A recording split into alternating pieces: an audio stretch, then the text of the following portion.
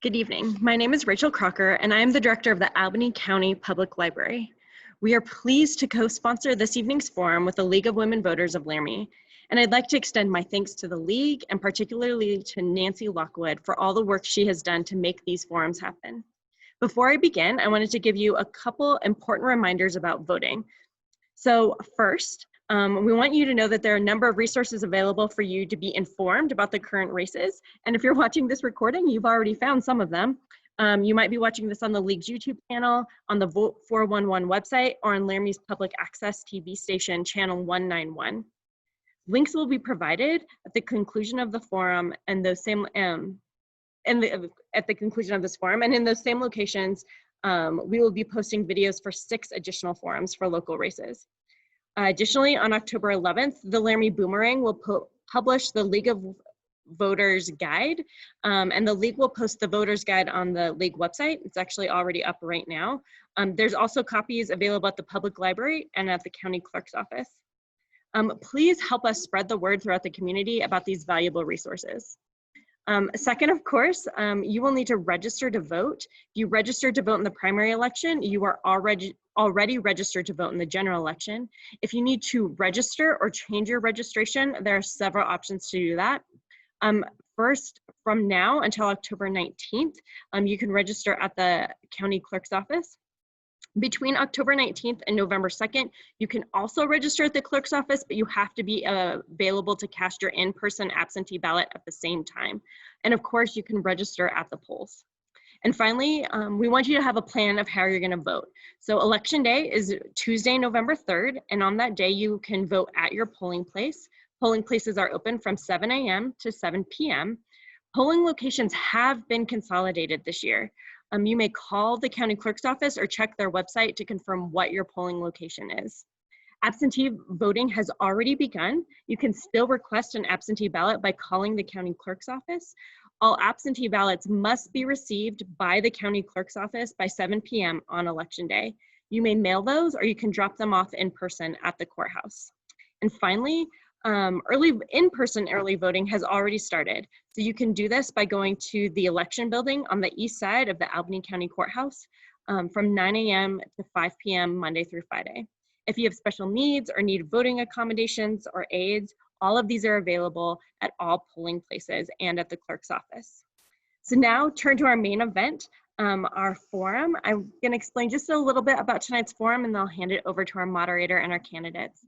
Tonight's forum is for Wyoming House Districts 14, 45, and 47. We're recording this forum on October 1st. There are 2 candidates running for each of these 3 House districts. 2 of the candidates were not able to join us this evening. For this forum, our moderator will provide questions to the candidates. The League has chosen questions from those provided to us from local citizens. The questions are specific to Wyoming House and Senate candidates, not towards individual candidates. Thus, all candidates will be asked the same questions in this forum.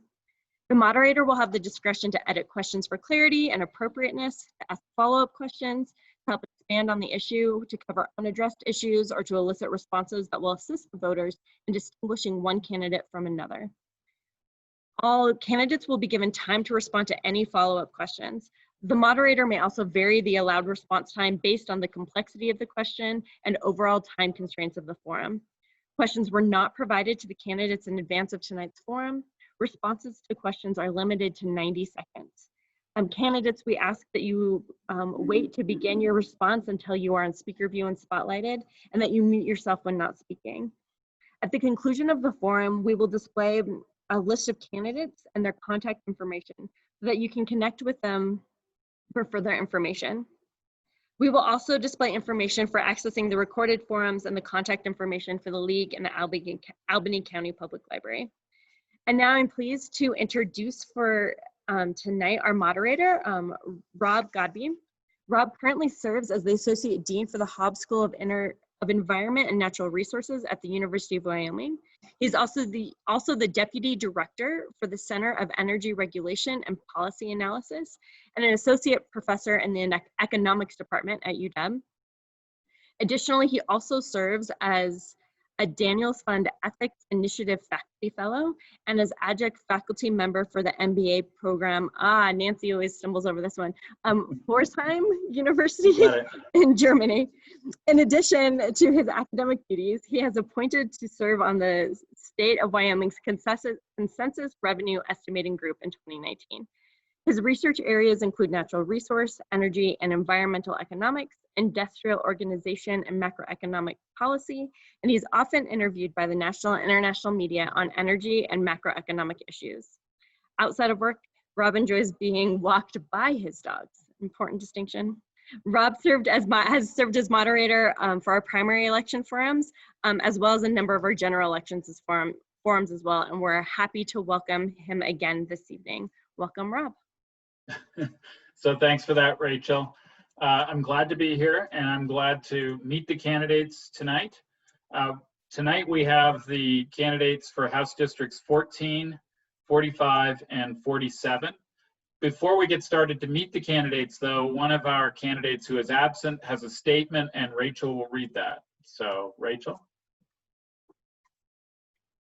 So this statement is from, I need to follow my own rules. This statement is from Roxy Hensley, who's running for House District 45. Hello, thank you for inviting me to your forum. I believe, as you do, that the voter is entitled to full disclosure from candidates for public office. I applaud your efforts to disseminate that information and your encouragement to the citizens that they exercise their right to the ballot. Unfortunately, my father is suffering from early stage dementia, and I need to be with him today, so I'm providing this intro to help you understand my reasons for seeking office. I'm a lifelong resident of Wyoming, as is my father and his father and grandfather before him. I graduated from Rollins High School and the University of Wyoming and was able to remain here after graduation and continue my professional development by seeking and obtaining a law degree from the University of Wyoming and being admitted to the Wyoming Bar. It is my current good fortune to be able to work with Wyoming's less fortunate children as a guardian ad litem. It is my sincere desire that these and all our children are afforded the same opportunity to remain and prosper in the state that they love. This will only happen if we can provide them a world-class education and the economic opportunities to use those skills productively. In my mind, this is the primary issue that challenges us as a society. Everything else is secondary. Wyoming can only be as great as its populace. If we can construct the framework through education and opportunity for a vibrant and responsible society, we'll have the necessary tools to successfully tackle the other issues confronting us. The challenge in the near term is the combined shocks to our economy through the shakeup in energy markets and the impact of the virus shutdown. It will require legislatures and citizens with a deep understanding of Wyoming and its economic possibilities to guide us through these difficult times. As someone who has started and managed numerous small businesses in Wyoming, I believe that I have the experience and the vision to help supercharge the small business sector of the economy and that it will lead the state on the road to recovery. I also believe that my experience and my personal and professional interactions with people up and down the economic ladder gives me a broad understanding of the impacts of budget cuts, where to prioritize the available funds, and how to grow the economy so that further cuts are unnecessary. I am skeptical of the idea that we can tax our way out of this problem because taxation of a weak economy only further weakens it. We need innovation and we need growth so that we can adequately fund the government functions the public truly wants and needs. I am not a single issue candidate, nor do I bring a national agenda to what is inherently a local office. I seek to represent all the people of my district in a fair and open way and help to keep Wyoming the best place on earth. Great, thank you. And now we'll meet our candidates. So we'll start with you, Matt. If you can state your name and the race you're running for. Matt Burkhart, House District 14, Republican. Right, thank you. And next we go to Trey Sherwood. I'm Trey Sherwood. I'm running for House District 14 as a Wyoming Democrat. Thank you. Next we go to Carly. Carly, can you state your name and your race? I'm Carly Provenza. I am running for House District 45 as a Wyoming Democrat. Thank you. And then finally, Layla. Leila Konechny, running for House District 47, Libertarian. So thanks all of you. So we'll start with our first question. The first question will go to Matt first, and then we'll work our way through the candidates. I will alternate each time with who I start with. So we'll start again with you, Matt. And the first question, a little bit more about yourself. Can you explain to the voters why you are the best candidate for the job?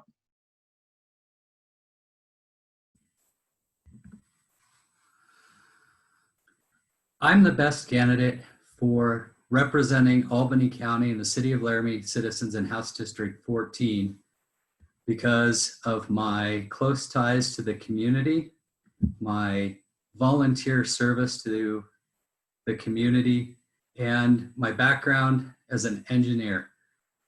The tough problems that Wyoming is going to face are most likely going to come with technology as a solution. And I am in a very good place to understand much of that technology and how it applies to the solutions. I can develop effective legislation based on reason and facts. And my desire is that my children and those in the community have an opportunity for their families to continue to live in Wyoming, this wonderful state that we have, and to have a wonderful, exceptional education. My wife of 19 years, a third generation Laramie resident, has an education background and has given me great insights into what we need to do to allow our children to have an effective education that prepares them for the real world.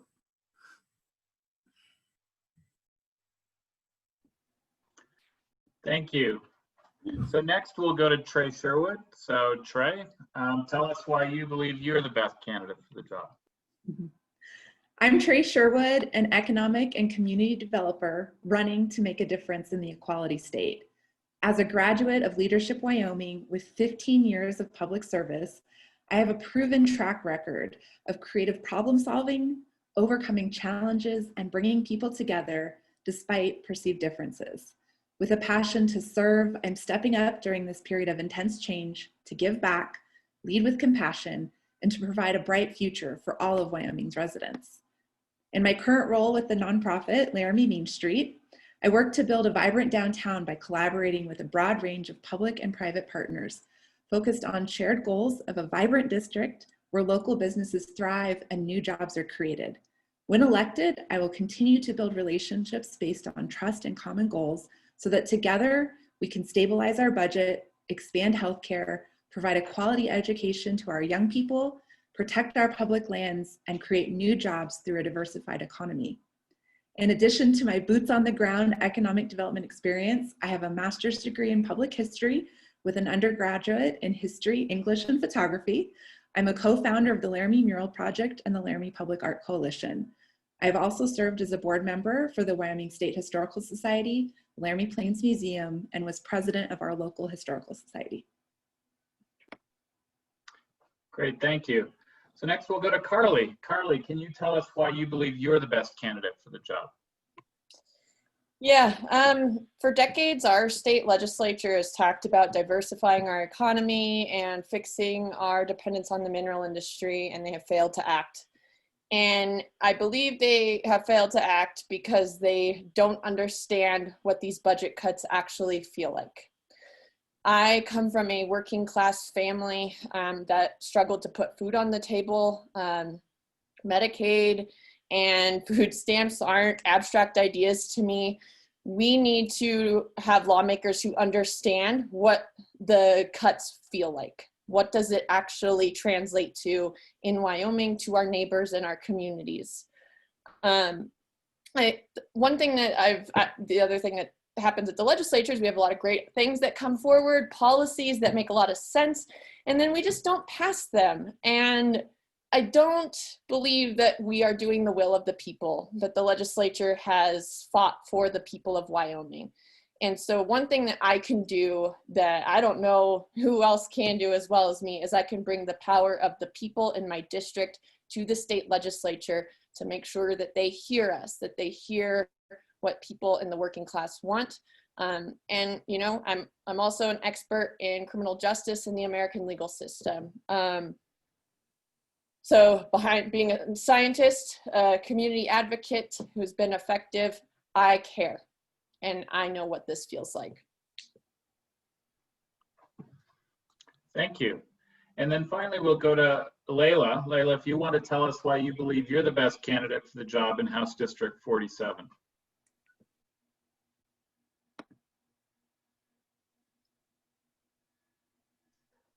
Back there, please. Sorry, I had a little technical difficulty. Can you hear me? Am I here? Can you hear me? Yep, you're good. Okay. Yep. I believe I'm the best candidate for House District 47 because I truly understand the challenges that the working family of my district faces every day. I have lived it, I understand it. I know the challenges facing my district personally. You know, we have a very large district, but we're a family within our district. It's a very close-knit community. Also, I know what it means to actually right size and make a budget. Within my family, I'm a mother of 6. I've come up with some incredibly amazing ways to bring a balance to my budget within a household. And I know that I can bring some sanity to our fiscal situation in Cheyenne. You know, I think one of the biggest things that makes me the best person for House District 47 is that we're needing a fresh set of eyes and a new perspective. We've had the same perspective looking at the things that we're facing for a long time. And, you know, one last thing, I don't take a party obligation with me when I go to Cheyenne. The only obligation that I take is to the people of my district, and I will be the voice for them and for their concerns as I go. Thank you. Great, thank you. All right, so we will start tonight's debate with some policy questions. So we'll start with policy questions surrounding the challenge that the state faces with respect to its budget. So I'll start the first question with you, Trey, and I'll ask you this. The state is facing an unprecedented drop in revenue. What cuts would you support to address this decline? And since education spending is the largest expenditure in state government, will K-12 education need to be cut? This is Trey. I do not support cuts to education. I think that's a critical economic development block. So that would be detrimental to future generations in our state. I do support revenue enhancements that would protect jobs, provide care for our most vulnerable, and for the continuation of essential services like safe roads, public health, and broadband. I don't believe we can cut our way out of this crisis. We're already hitting bone while maintaining our quality of life. Efforts to diversify our economy will be unsuccessful without tax reform that is justified, equitable, balanced, and transparent.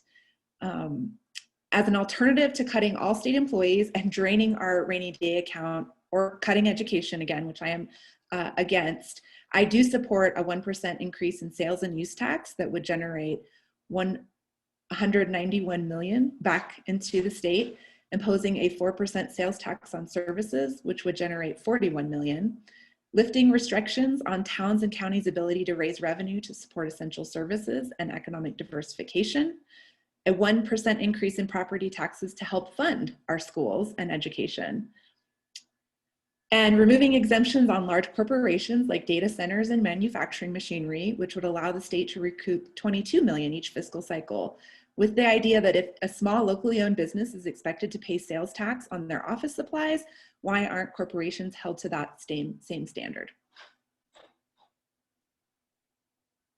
Great, thank you. So I'll turn next to you, Carly, and ask you the same question. So we'll start with the question of cuts. So given that the state is facing an unprecedented drop in revenue, what cuts would you support, and is K-12 on the table? Given it's our largest expenditure, will it need to be cut? In terms of cuts, I don't think we can't cut ourselves out of this budget deficit. We've seen recently that many of the cuts that we have brought forth to this state are going to cost us more money in the long run.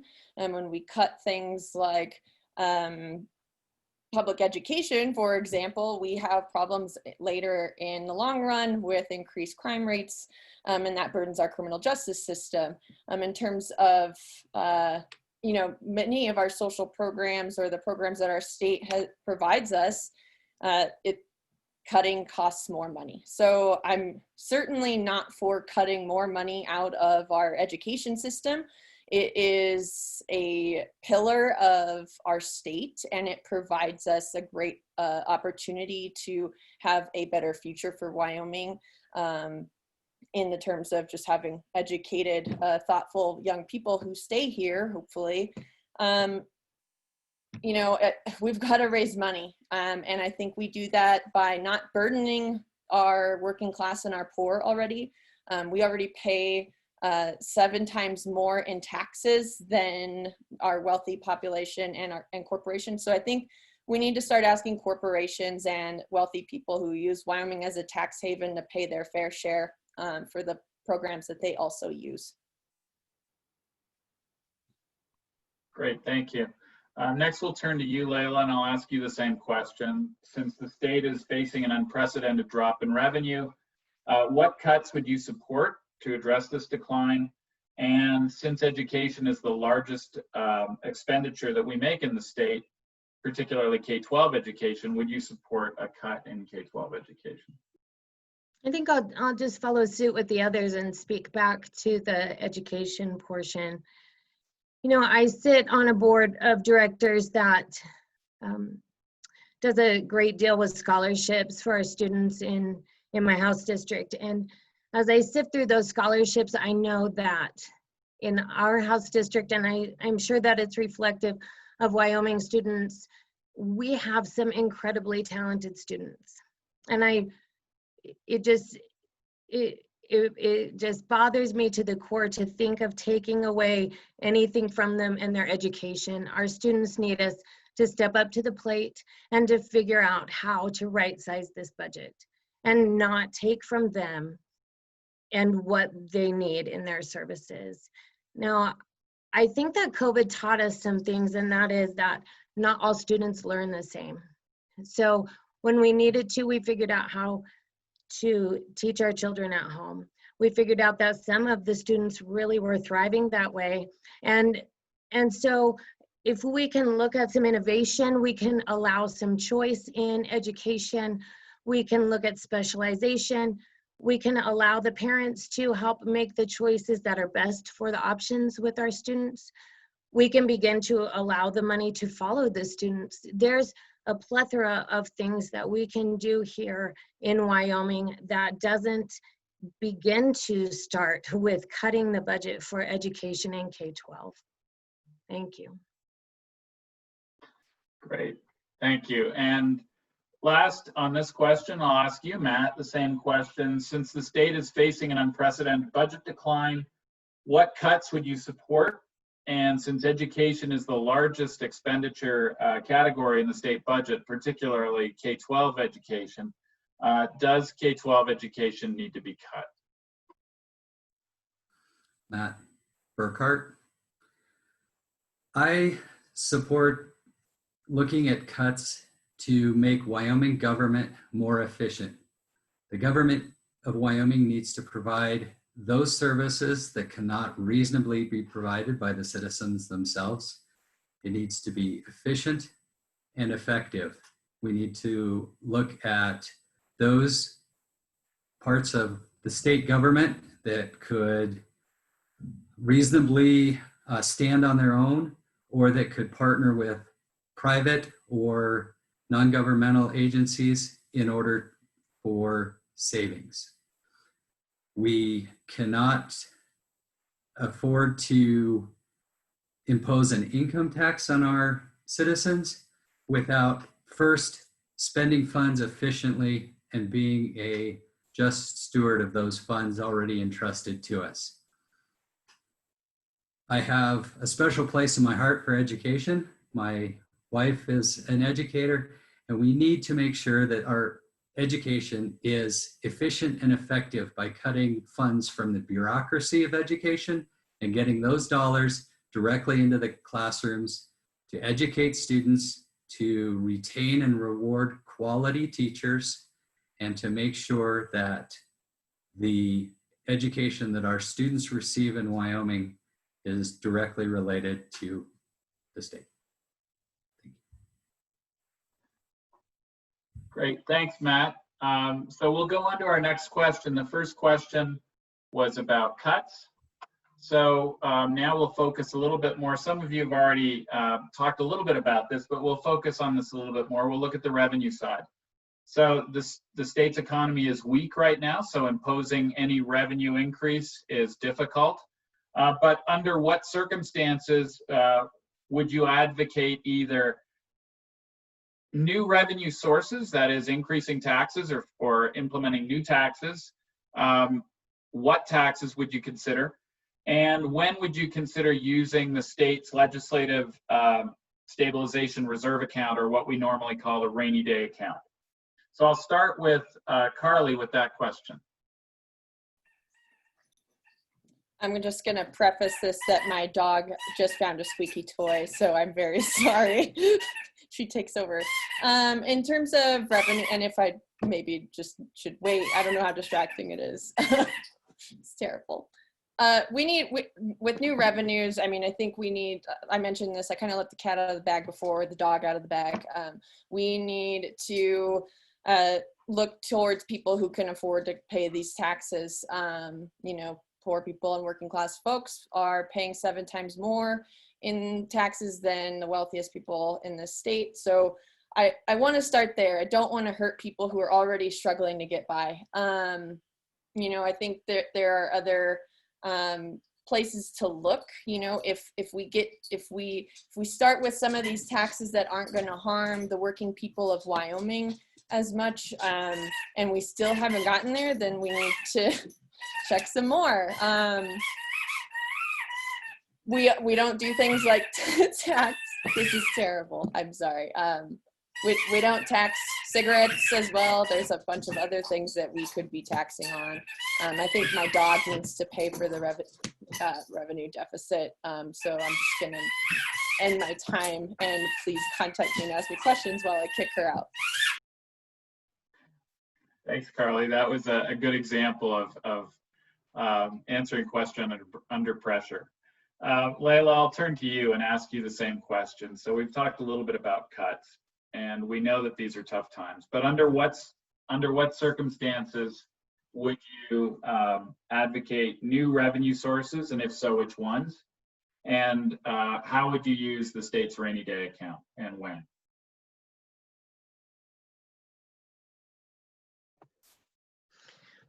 I'm Layla Konechny. I think I forgot that part last time.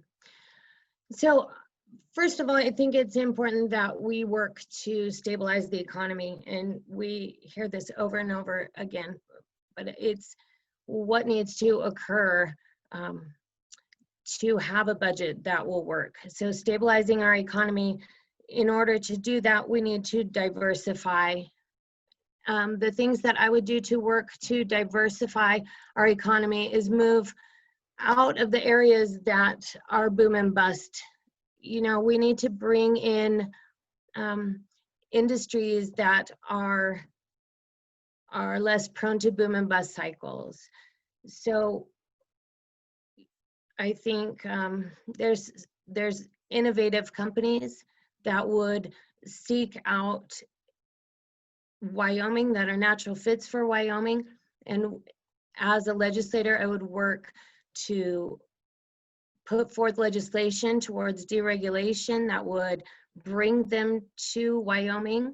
I don't know if you've heard of vertical harvest, Jackson Hole. That's a type of company that we could use here.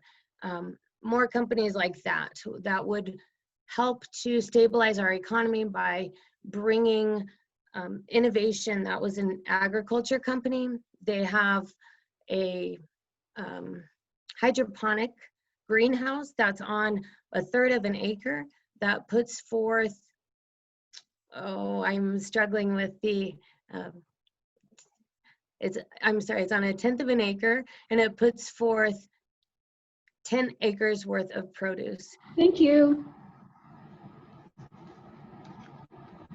Thank you. So we'll go to Matt next. Matt, I'll ask you the same question, and be aware that we're talking about revenues this time.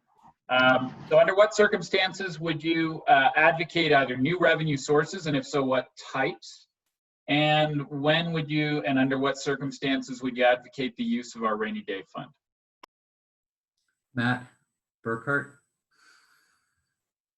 I think that revenues for the state of Wyoming should come from diversification and looking at where we can put our existing workforce to work in light of the minerals industry downturn, rather than first seeking to raise taxes.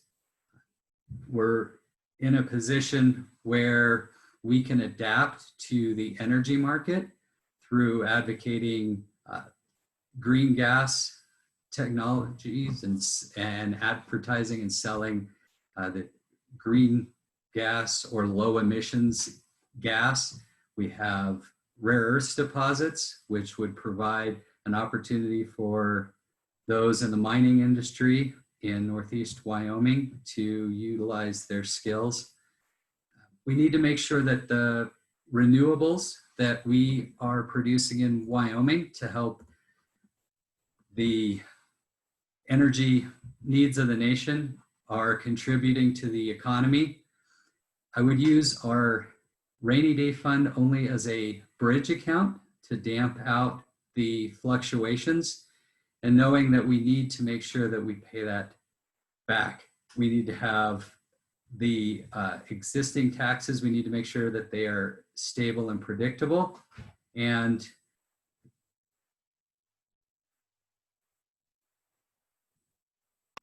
great, thanks, Matt. I know we just ran out of time there. Finally, we'll turn to you, Trey, and I know you spoke a little bit about this in lieu of talking about cuts, but can you be a little more specific? Under what circumstances would you advocate for new revenue sources, and if so, what types of new revenue sources? And secondly, under what circumstances would you use the rainy day account, and how would you use it? Yes, thank you. This is becoming my favorite topic. This is Trey, and again, I support revenue enhancements that would protect jobs, fund education, public health, and for the continuation of essential services like safe roads and broadband. I believe efforts to diversify our economy will be unsuccessful without tax reform that is equitable and transparent. We must enhance our revenue to move us away from our dependency on minerals, which have thus far subsidized the majority of our public services. Wyoming has some of the lowest taxes in the nation, and certainly one of the lowest personal tax burdens per capita. According to the Wyoming Taxpayers Association, a family with an income of $60,000 and a home valued at $200,000 pays just over $3,000 in personal taxes, but receives services from the government that cost $27,000. So as an alternative to bankruptcy or cutting off all government services, again, I support a 1% increase in sales and use tax, imposing a 4% sales tax on services, lifting restrictions on towns and counties' ability to raise revenue, a 1% increase in property tax, a road use charge or fuel tax to fund road and bridge repairs, and removing exemptions for large corporations.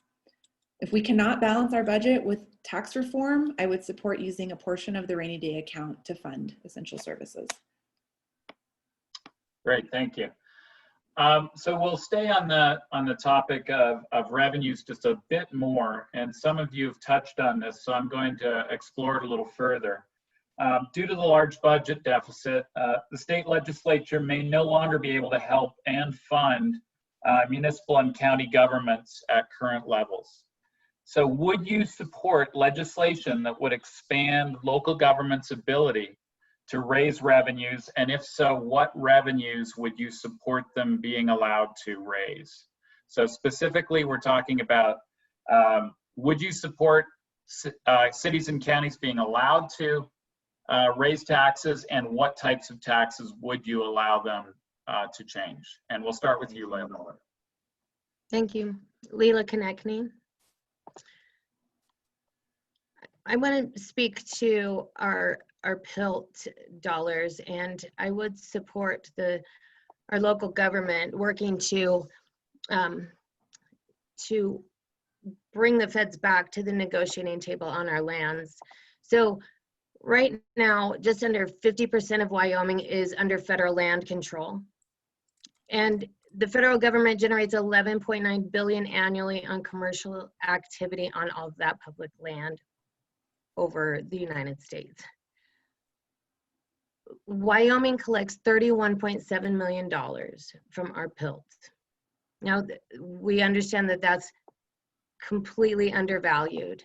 I think that it's time that we bring the feds back to the negotiating table to ensure that they pay their fair share. So I would advocate for equitable federal compensation on land holdings, and I do believe that's something that can be done at the local level. Thank you. Thanks. So we'll go next to you, Matt, and I'll ask you the same question. Due to the large budget deficit, state legislature may not be able to fund city and county governments at current levels. Do you support legislation that will expand local government's ability to raise revenues? And if so, what revenues would you allow them to expand? Matt Burkhart. I think that before cities and counties expand revenue through taxes, that they need to look at whether they're using their existing dollars efficiently and whether their citizens are getting the best services for the money that they put into city and county government. I think that we need to look at where the city is providing unnecessary services, conducting unnecessary studies, or imposing mill levies that do not benefit all of the people in the county or the city. It must be equitable. Right now in Wyoming, we have like 600 different agencies or entities that can impose taxes.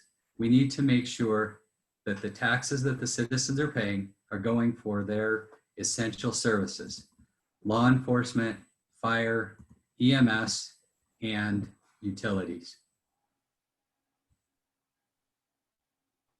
Thank you. So I'll start with you next, Trey, and you've mentioned a bit of this, but again, what would you allow city and county governments, how would you allow them, or would you allow them to raise revenues given the fact the state legislature may not be able to fund them at current levels?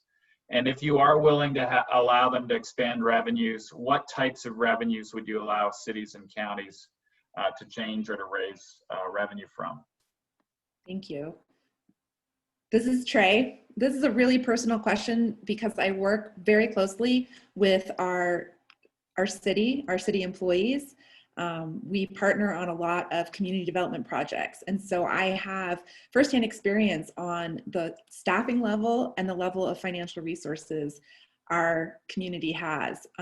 Albany County is per capita the poorest community in the state because our largest employers, the school district, the University of Wyoming, the hospital, are nonprofits essentially. They don't pay property or sales tax.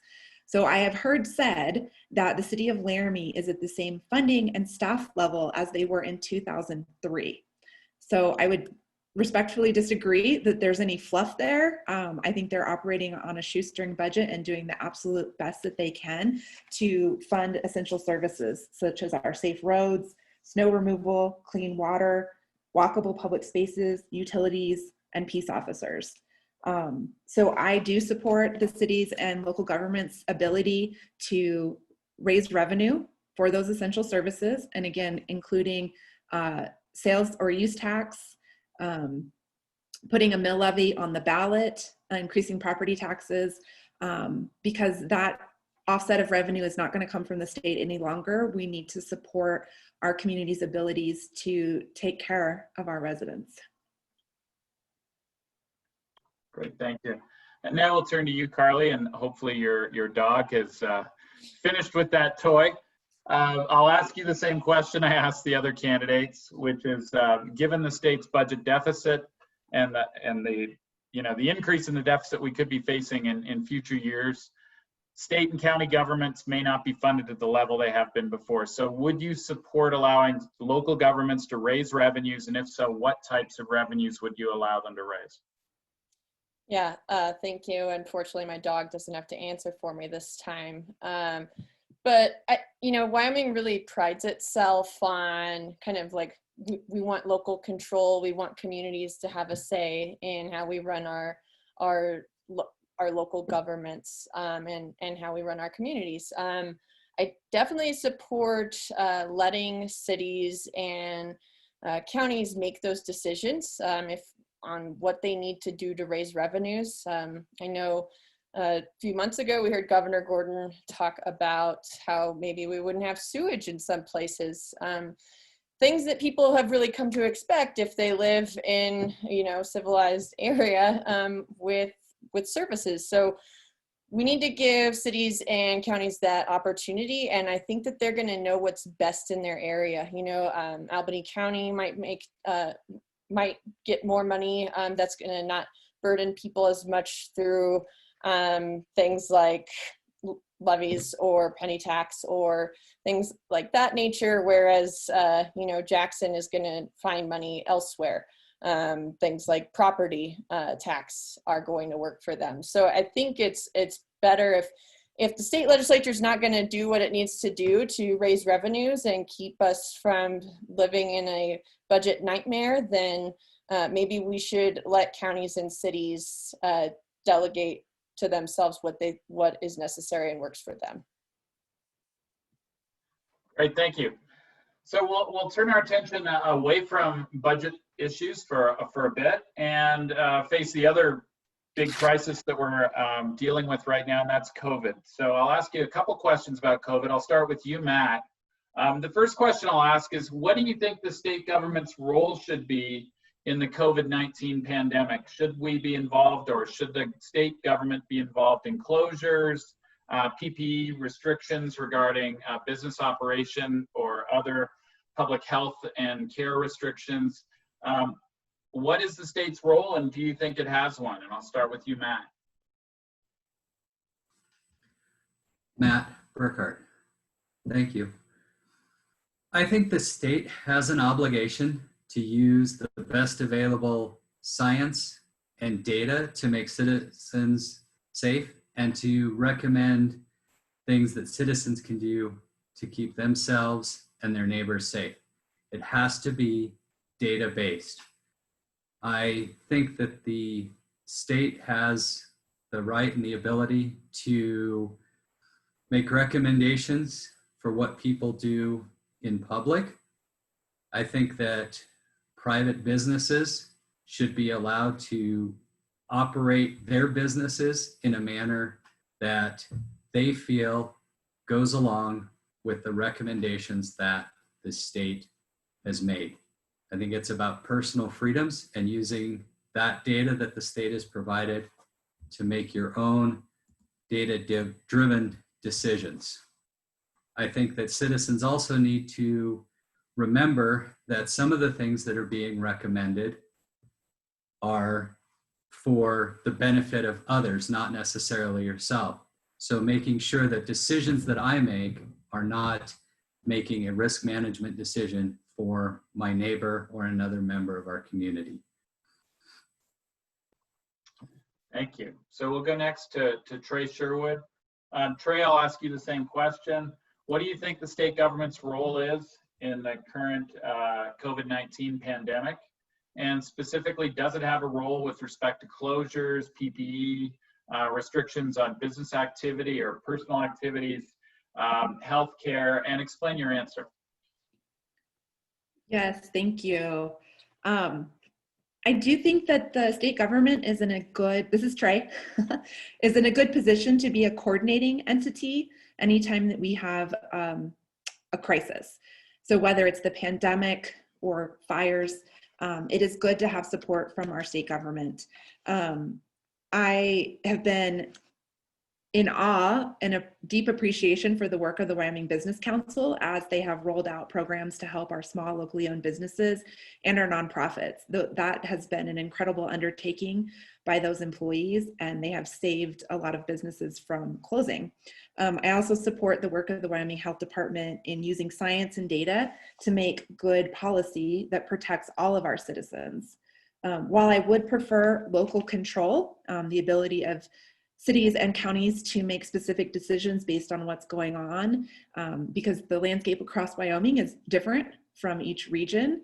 Again, I'll reiterate, I think it's great to have somebody like the governor, setting good policy expectations, and for those who are boots on the ground community advocates to help support those with carrots and incentives. And so instead of punishment, for a business struggling to abide by regulation or an individual feeling imposed, there should be encouragement and education and support around our public health and safety policies. Great, thank you. All right, we'll turn back to Carly, and I'll ask you the same question. What do you think the role of state government should be in response to the COVID-19 pandemic? And does it have a role with respect to closures, PPE supply, restrictions of business or personal activity, healthcare activity? So what is the role of state government, and how do you justify that? I think, this is a very difficult conundrum for me. On one hand, we don't want to invoke more punitive measures and force people into doing anything, but we've also seen that when we ask businesses to participate in some of these things, we're seeing them choose not to, particularly if it hurts them economically. So I think the state's role really needs to be demonstrating good, going back to kind of what Trey said, like we need to have education. We need to provide the tools that are necessary for people to succeed. Trying to implement these COVID mandates is not something, it can cost money. So how are we providing help to small businesses, particularly to ensure that they're not suffering like more of a burden.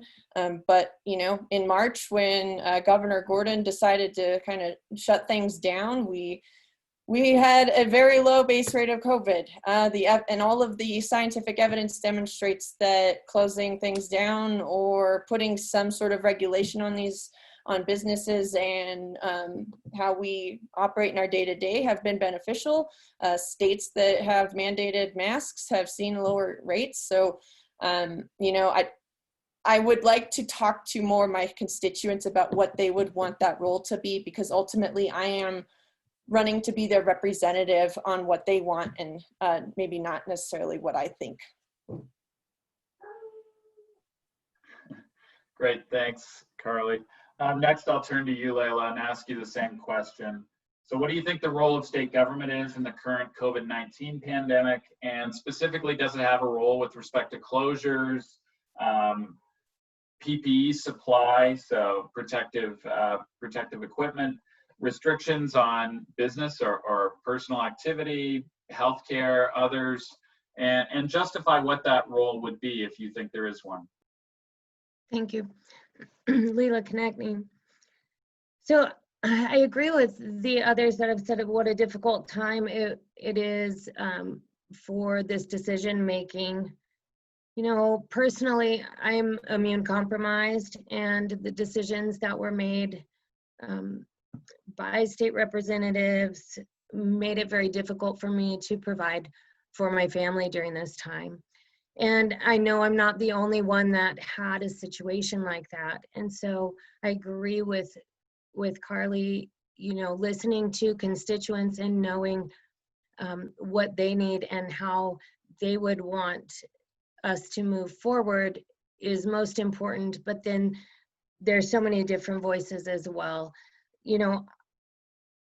I think the role of government is, I think they have a responsibility to make decisions based on data and to disseminate that information to the people of Wyoming. Taking it to the local level, what works for Saratoga may not be what works for Laramie or Cheyenne. And so the decision-making processes being taken to the most local level is important at a time like this as well. I believe in the people of Wyoming to be smart, to do what they need for others around them. Constitutionally, regard to the closures, we all just needed to take up a personal responsibility and to move forward, caring about one another and doing what was right. Thank you. Thank you. So we'll stay on the issue of COVID, but we'll turn to its impact on the economy. So let's imagine a time when COVID is receding and we're trying to have the economy recover. So as a legislator, what recommendations would you make for allocating funds to mitigate the effects of the pandemic on the people of Wyoming? And we'll start with you, Trey.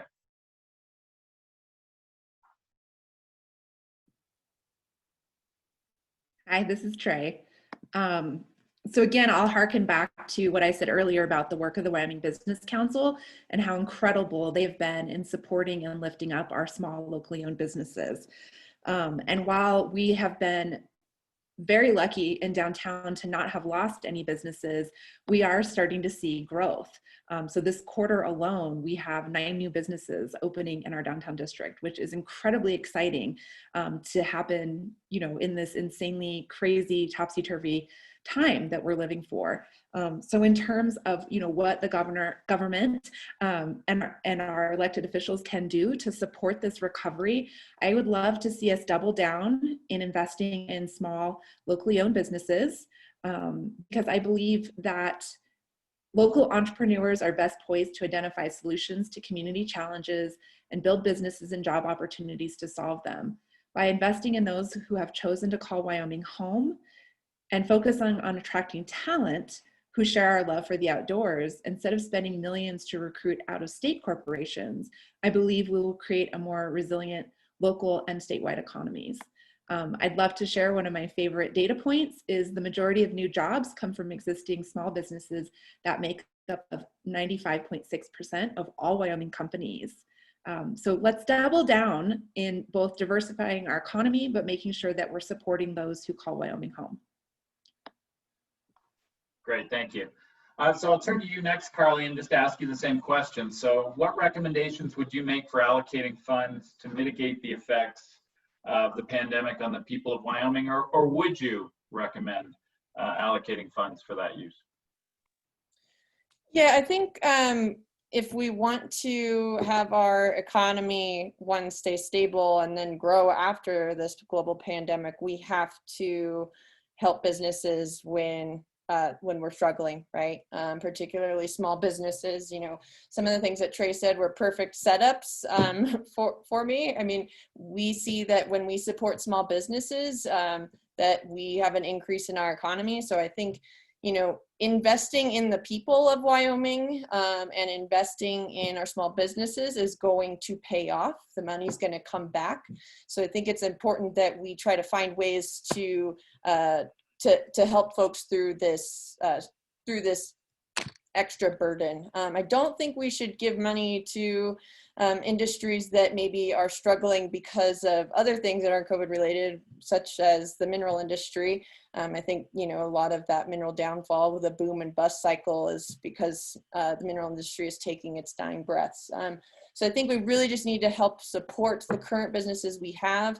You know, our economy, the way our tax structure is made, we're not going to make a bunch of money by trying to get people to come in right now. It's in supporting these businesses. So how can we help businesses move their products or their services online during a time where we're meeting more online and providing services remotely? I think those are important things to help supplement so that our small businesses can keep us held up. Great, thanks, Carly. So I'll turn next to you, Layla, and I'll ask you the same question. What recommendations would you make for allocation of funds, or would you allocate funds to mitigate the effects of the pandemic on the people of Wyoming, particularly when we begin to recover as well? Thank you, Layla Konechny. Okay, so I'm gonna try this again because I really want you all to know about this company.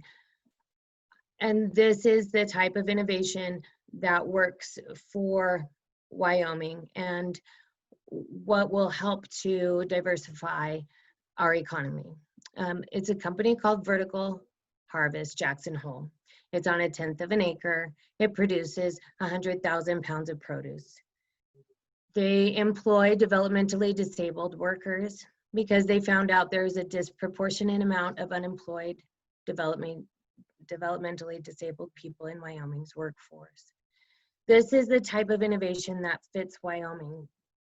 I'd like to work as a legislator to close tax loops for tax gaps for companies like that, to help bring in other companies that are innovative such as that.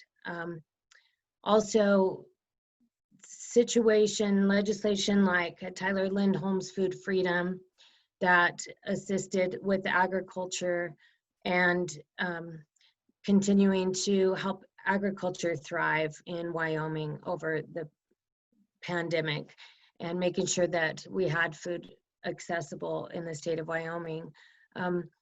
I think starting there is important before we put money into our industry, meeting with industry heads, finding out what they need and what would help them as far as deregulation, letting them be free to innovate within their industries, and what would— Thank you. Thanks, Layla. I'll turn to you last, Matt, and ask you again the same question. So what recommendations would you make for allocating funds to mitigate the effects of the pandemic on the people of Wyoming, or would you allocate funds to do that? Matt Burkhart. I would take this opportunity to look at what business sectors grew in Wyoming and what business sectors and what was resilient. Look at those to see where we can invest in supporting companies that leverage the local talents that are in an area. Where do we need to have workforce development? If that's in, say, manufacturing, making sure that we have those educational opportunities in place.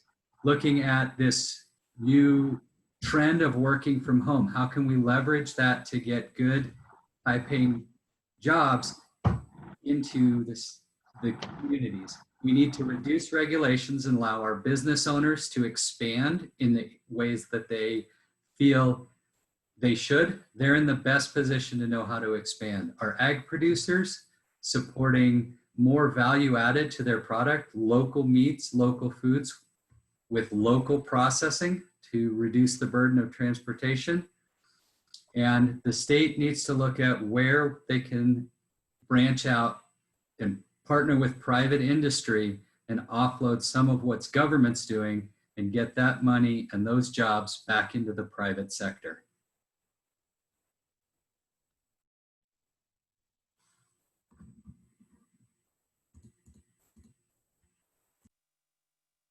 I think you're muted, Rob. Thank you. So that's the phrase of 2020, isn't it? So we'll turn now a little bit more to the economy, and I'll give you each a chance to kind of react to a core sector of the economy and just give us a little bit of your outlook on that and how you think we should react to it. So many people have argued that the future of fossil fuels, that is coal, oil, and gas, is challenged. So in your view, is the future as bleak as it seems, or as people would argue? Or if not, explain why. And if you believe that it's challenged, what should we do about it? And if you don't think it's as challenged as we've been told, explain why you think that's the case. And since we started last time with Trey, we'll start with you first, Carly. Great, my favorite question. Yeah, our fossil fuels have been dying. The mineral industry has been dying for a while now. We're watching the rest of the world move away from fossil fuels towards renewables. And we have also known for decades, we've talked about diversifying our economy, diversifying our revenue streams. And lawmakers, for whatever reason, have ignored the big flashing red lights that said, warning, budget crisis ahead.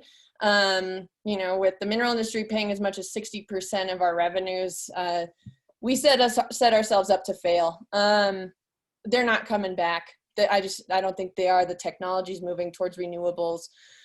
No one wants to buy our coal anymore. The state of Wyoming spent $310,000, I think, in 2017 to basically create propaganda to keep a coal burning plant open in Colorado to buy our coal. That was a really smart, you know, resourceful idea. Why aren't we using that to move away from the coal industry and create better jobs? We have to find ways to give jobs to these folks who are working in these industries so that they have somewhere to go. We have communities that rely on this money. They need a revenue source. We can do that with wind, solar, and bringing new money into this state. So we need to diversify our economy and our tax structure along with it. Great, thank you. So I'll turn back to you, Layla, and ask you the same question. So given that many people have argued the future of fossil fuels, coal, oil, and gas, natural gas, is challenged, do you think, in your view, is it as bleak as it seems now? If yes, as a legislator, what would you do about that? How would you suggest we react? And if not, how do you justify believing that it's not quite as bleak given current conditions?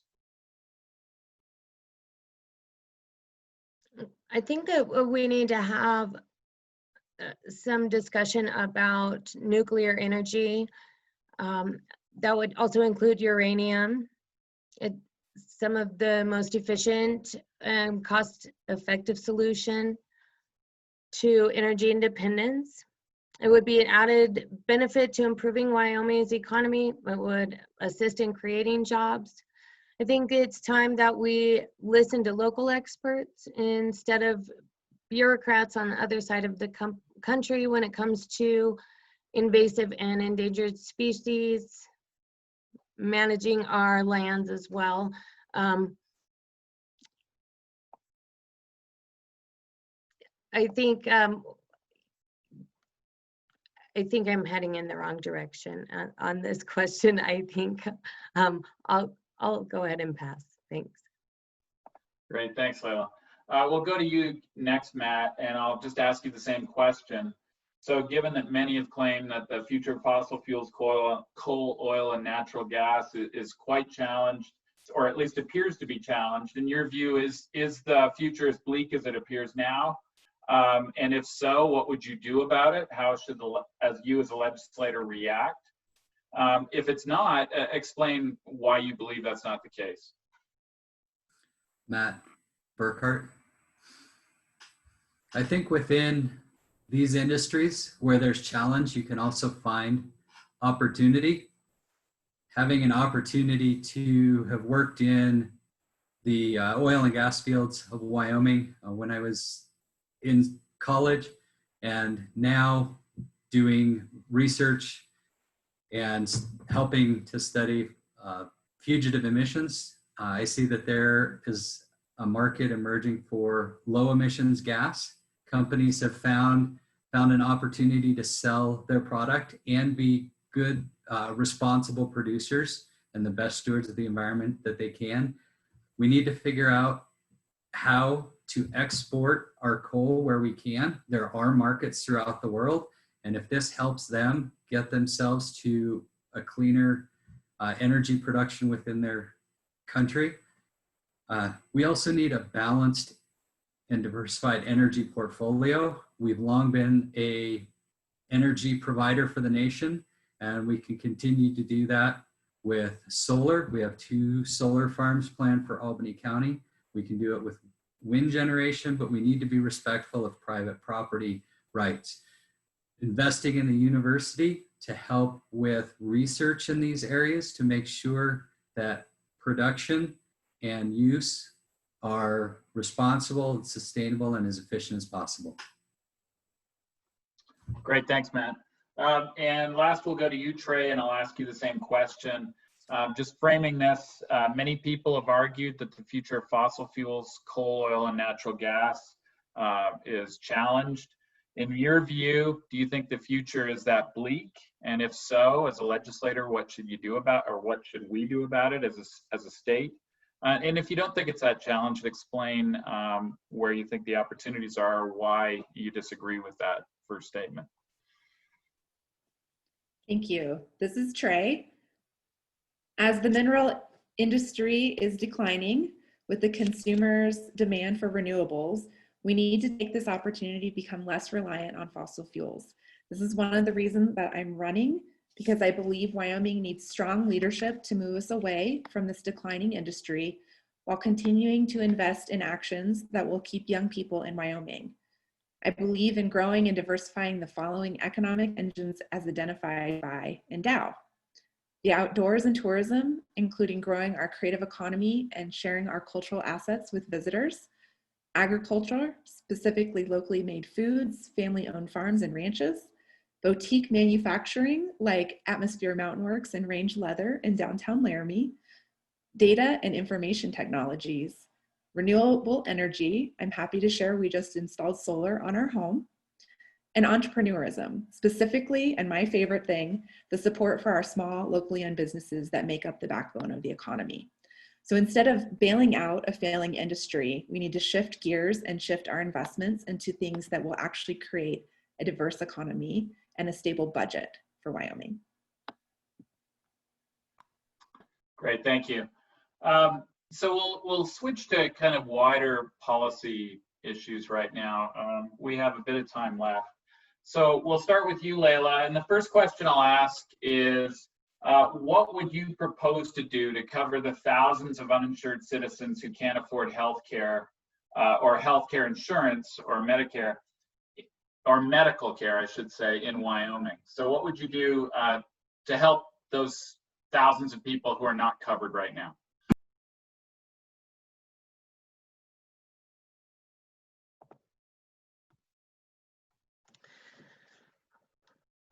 I think COVID has shown us plenty of things.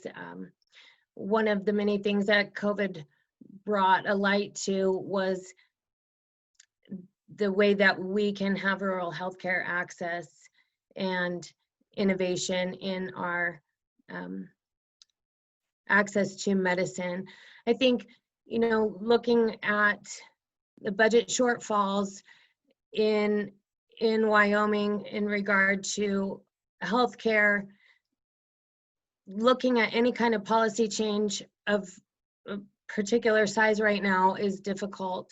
I'm willing to look at costing models, examples from other states, but without a comprehensive understanding of what it's going to take to implement, it'd be difficult to make promises to people that are uninsured. But we can look at what COVID has shown us and help to bring more access to our rural areas by telemedicine, by allowing doctors to cross borders from other states and practice. The legislature that Tim Salazar has passed last year, allowing prescription drugs to cross state borders, lowering costs, all of this would continue to bring good care to our citizens without reducing any of the service, reducing their costs. Thank Um, you. Thank you. Thank you. So I'll turn to you, Matt, and ask you the same question. It's relatively simple. What would you propose to do to cover the thousands of uninsured citizens who can't afford healthcare and healthcare insurance, I should say, in Wyoming?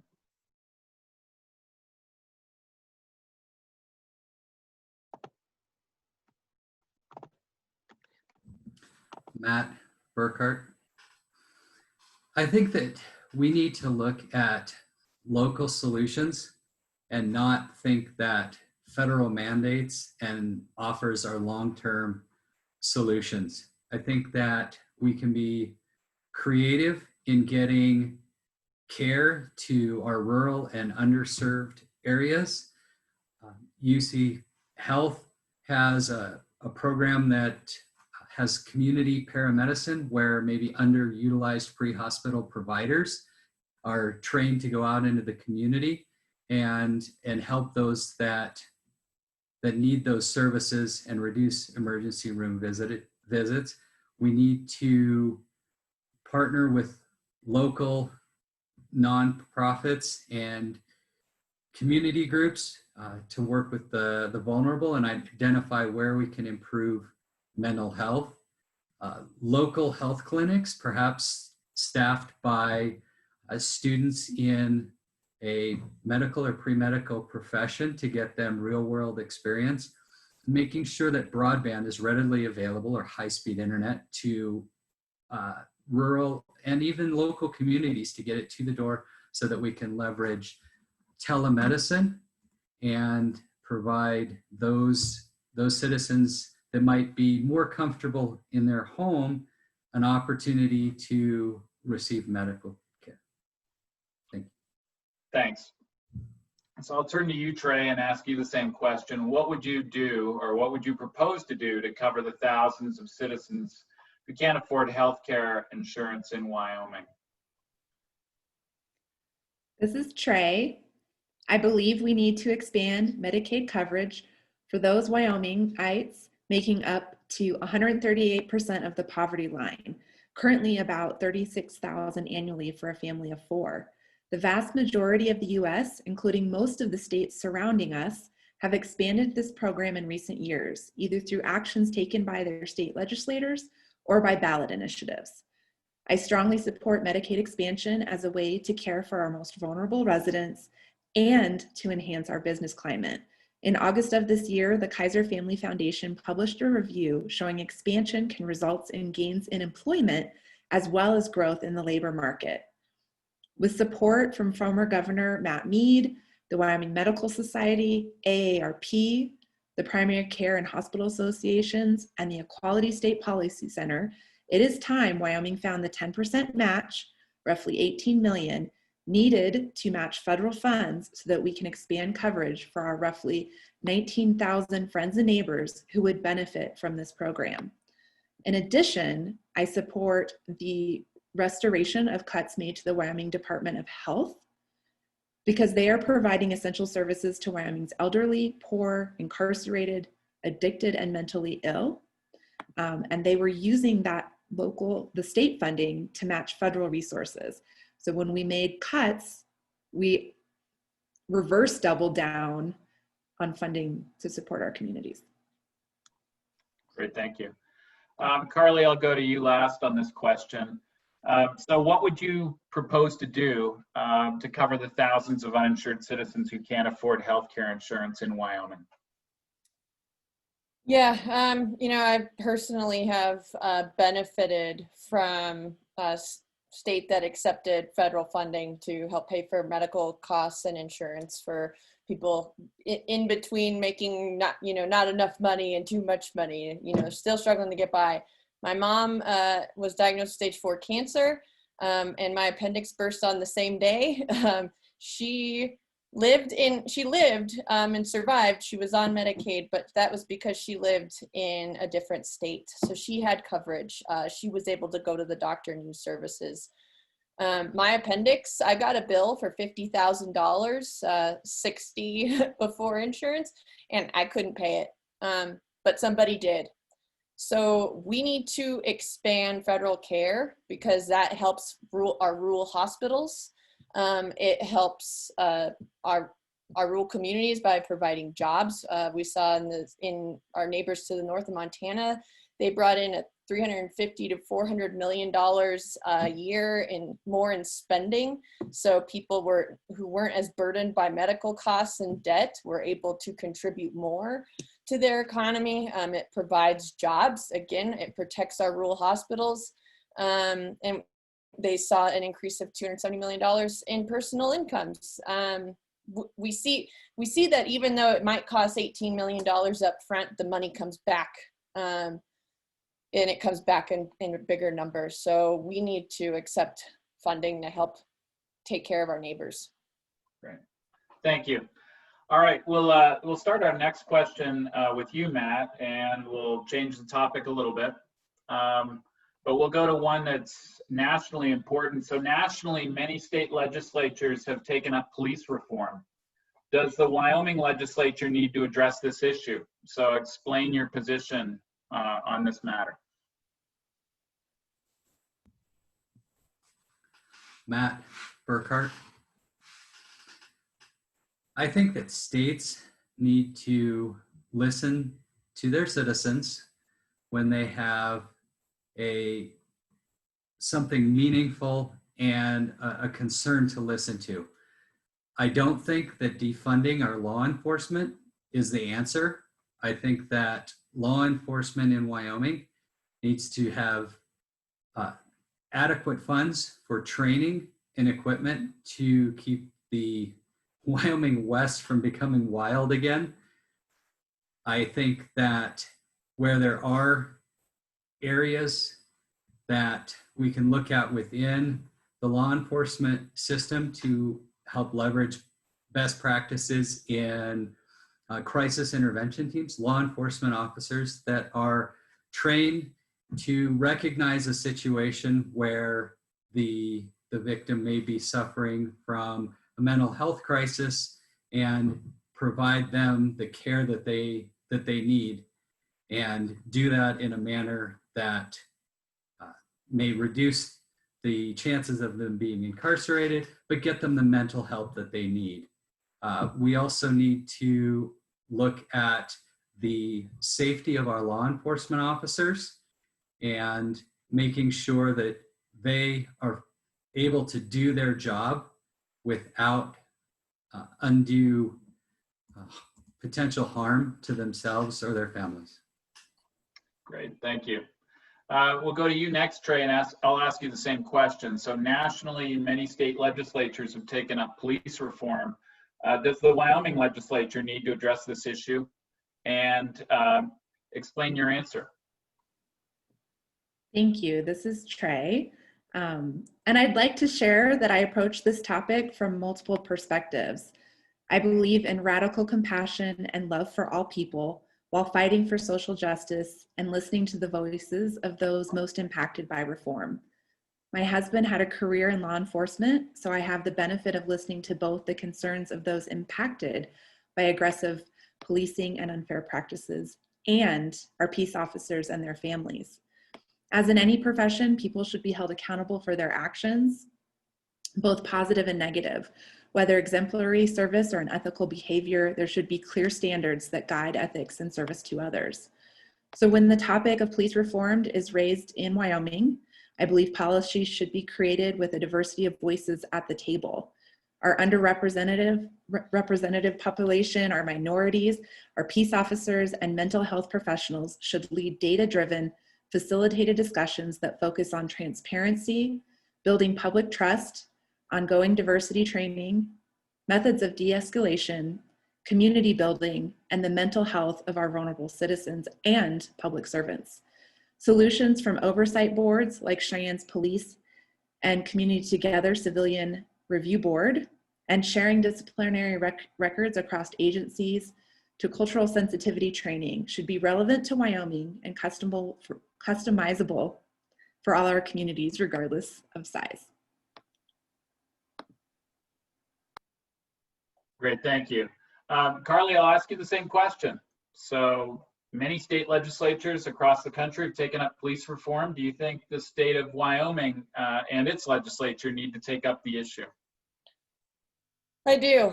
I'm getting my PhD in psychology and law. A lot of the research I do is on police misconduct. And I know that Wyoming is 12th in the nation for fatal use of force per capita. Part of that comes from that we don't give law enforcement the right tools. We ask them to do more jobs than they signed up for, and quite frankly, it's not fair.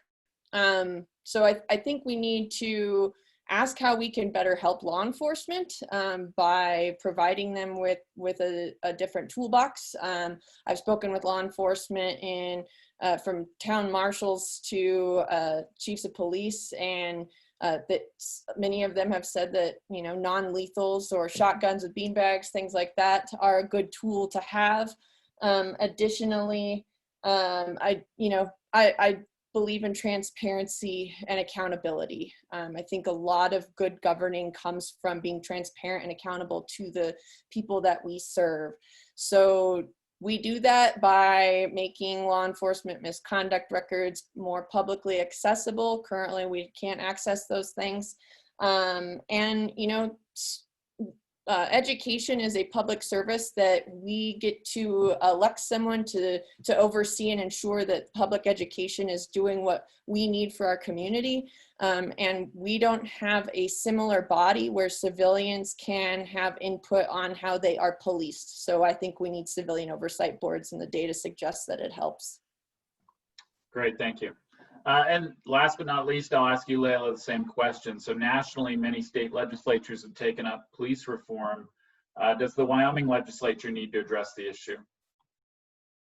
Leila here. I think this is a much bigger question than 90 seconds, and I applaud the people before me that have answered it so quickly. I have a daughter who is an officer. She's not just an officer, she's a SWAT officer and a real badass. I hear directly from her often about the, the issues that she's facing every day. And as a police mom, you can understand that she's on my heart, she's on my mind, and I worry about her. So on a personal level, I understand somewhat what families of police officers are facing and the challenges for them on the street. But I also feel that on the legislative level, we have responsibility, and that's where the problem has originated. There has been laws that are frivolous, that have, they've made villains of groups of people unnecessarily. There's, for example, THC as a Schedule I substance. I could go on. But I remember a time when cops were peace officers, and I believe that getting to the origin of the problem and not just the surface issues can get back to a time like that. So bringing the stakeholders from our law enforcement community, our Black community, our underprivileged community, wealthy community, our legislators, bringing them to the table to discuss what needs to occur for real solutions here is where to begin. Thank you. Great, thank you for that. We'll switch to a question that could be considered maybe local, but has general applicability across the state. We're going to start with you on this, Trey. So would you support state legislation that crosses local government boundaries? So for example, aquifer protection legislation at the state level, given that it crosses both the city and county boundaries here in Laramie. There are other issues like that do cross boundaries, and would you support the state passing legislation that gets involved in those disputes?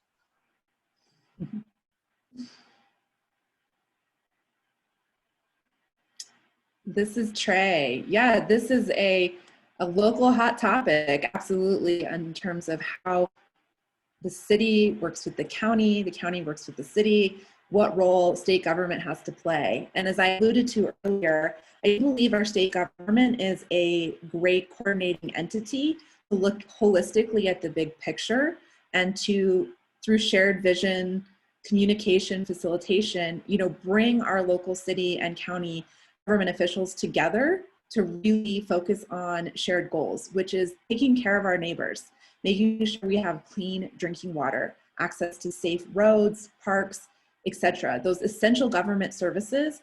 And so when we see infighting between local governments, I do think that the state has a role to play to stepping in as a facilitator with the best interests of our residents in mind. Great, thank you. We'll go to you next, Carly, and I'll ask you the same question. So would you support state legislation that affects issues that cross local government boundaries, for example, like aquifer protection legislation?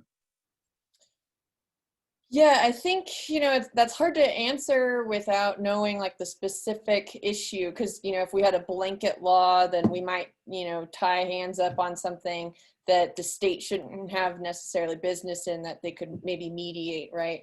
But there are problems in that, like here in Laramie, there's a dispute between the city officials and the county on our aquifer, but also our jail. How is it funded? What does the city provide in using that service? And so I think, based on issues, that might be the better way to do that. I know that's not an answer here, but when it comes to drinking water, people are drinking someone else's water that comes from a different source. We need to protect those sources, and sometimes we see the county or city officials don't make the right decision. So I think it would be necessary to consider the specific issue. I'm sure that city and county officials here would find it very helpful if they had some state guidance on how to fund their jail between city and county, just given that we have 5 law enforcement agencies that operate in Laramie alone. So when we have those sorts of issues, I think maybe the state needs to play a role in the specific types of policies. Great, thank you. I'll turn to you next, Layla, and ask you the same question. So would you support the state stepping up and say legislating in addressing issues like, say, aquifer protection locally that cross state and local, county and local boundaries, so other government boundaries? So should the state get involved when we have those types of conflicts between local government jurisdictions? Thanks. Leela, connect me. So I think that is necessary as well. Like Carly said, on a case-by-case basis, it's a bit difficult to answer overall. Primarily, I would prioritize moving things to the more local level, as people in their local area know what's best for them. The same things in Saratoga don't work for the people of Cheyenne. So I would prefer to move all lawmaking and decision-making to the most local level available. But I guess at the worst case scenario, if things couldn't become decided, then yes, but I would prioritize local level legislation. Good, thank you. So Matt, I'll ask you the same question, and this will be the last on this topic. But do you support the state getting involved in legislation in issues that potentially are crossing other local government, local or county government jurisdictions? So for example, in Laramie, it would be maybe aquifer protection, but would you support state legislation that crosses those boundaries? Matt Burkhart. The state gives down power and authority to the cities and the counties. And I think that we need to look at areas where those municipalities or those counties are replicating what already is done at the state level. in the case of aquifer protection with the state engineer's office and the Wyoming Department of Environmental Quality, having experts in those areas. We want to make sure that any rules that are passed on something that the state essentially has control of and has the through the state engineer's office water rights, is making sure that anything related to that is equitable and protects private property rights and personal freedoms. I think it sets a really bad precedent when folks can petition their local city or county to do something that may already be covered by the Wyoming state government. Great, thank you. So this will be the last question of the night.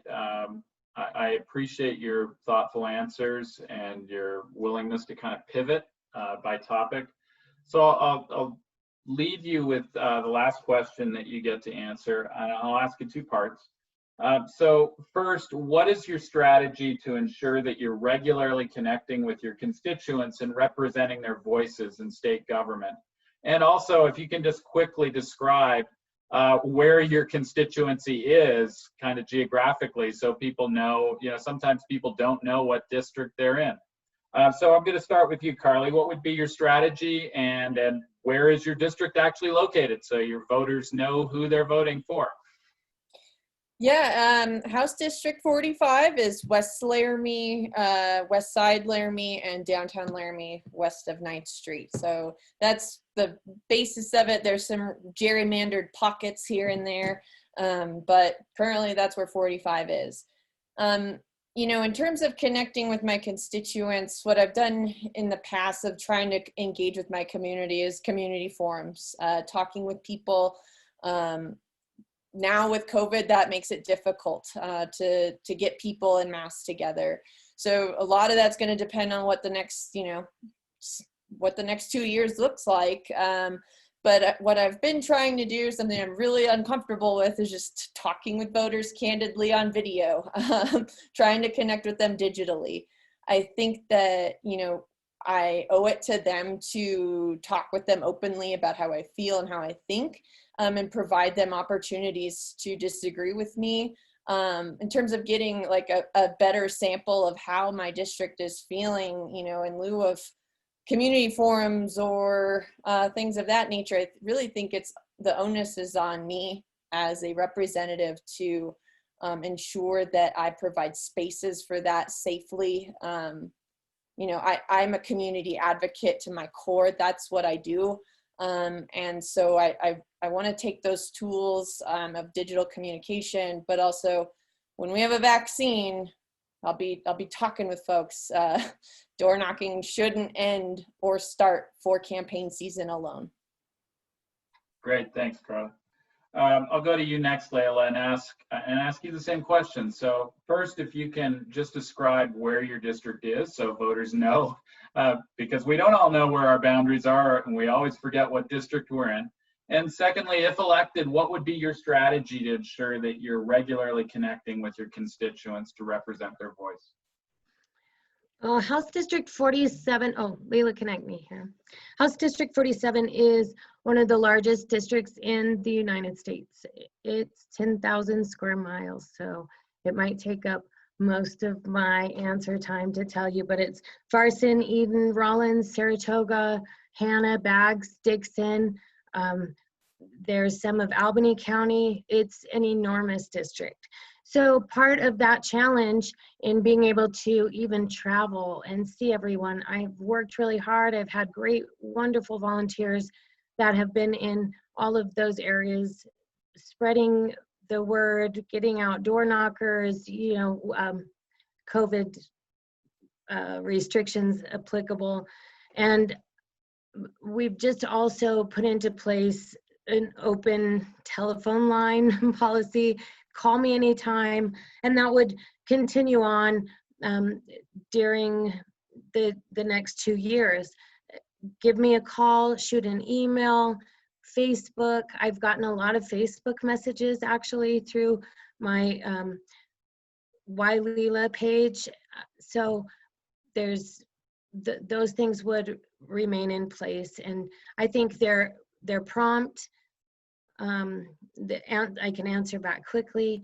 Those would be a way that I can stay in touch, and especially given the size of the district. My telephone number right now, if you'd like it, 307-364-0603. And also just reach out anytime, and that would continue on. Thank you to the League of Women Voters for this great forum. I appreciate it. Great, thanks, Leila. We'll go back next to you, Matt. And first, if you can just describe where House District 14 is, and what is your strategy to remain in touch and regularly connect with your constituents to make sure you're representing their voice if elected? Matt Burkhart. House District 14 starts at 15th and Grand Avenue. It's anchored by Whitehall. Goes east out Grand Avenue, essentially to the Laramie County, Albany County border, up to Platte County, Converse County, back down Fetterman and Round Top roads to 287, and then back into town. It's the northeast part of Laramie, the northeast part of Albany County, excluding Imperial Heights and Rock River. Great diversity of college students, business owners, rural folks, ag producers. Want to stay connected by talking to organizations that represent the different members in our community. If there's legislation that comes up, making sure that that's put out to folks so they have an opportunity to know what's coming forth. I think that if you don't know, you aren't going to comment on it. So making sure that what's going on in the legislature is made available to constituents. Transparency, digital media, good old-fashioned phone calls and write a letter. Make sure that I'm accessible to my constituents in a manner that they feel comfortable talking to me, and that they can get the answers that they need. Thank you. Great, thanks, Matt. And last but not least, we'll go to you, Trey. And of course, Trey, you're also in House District 14. So maybe at the end of your answer, you can just remind people where House District 14 is. But if elected, what's your strategy to remain connected and to represent the voices of your constituents? Thank you. Well, as an extrovert, I love visiting with people. I love listening to conversations that come from differing perspectives. And so I draw a lot of my energy and enthusiasm and passion for service just by being around our community members. It's important for me to, again, listen, be accessible and transparent. I've provided my personal cell phone and contact information on all of my print materials, my social media, my digital ads. I have been knocking on doors safely, and those face-to-face conversations have been the most rewarding part of my journey as a candidate.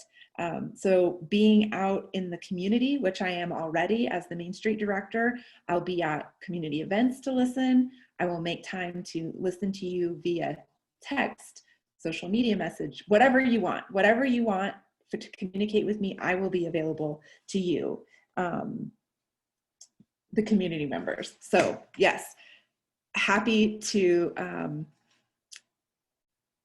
be here this evening. Thank you to the League for all of your support. And as a reminder, but Matt did this so well, right? It's essentially, House District 14 is essentially the northeast part of our community. And again, you know, students, educators, business owners, farms, ranchers, great diversity. And I am here to listen to any and all of your concerns.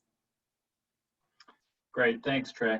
So that wraps up my questions for tonight. Before I'm done, I just wanted to say thank you to all our candidates for running. It's so important that people like you step up and give us good choices, and also are willing to come to forums like this to express your opinions and your viewpoints on important issues to voters. So thank you for being here tonight, and thank you for running. And with that, I'll turn it over to Rachel, and she'll give some last minute information, and also will provide the contact information for each of our candidates.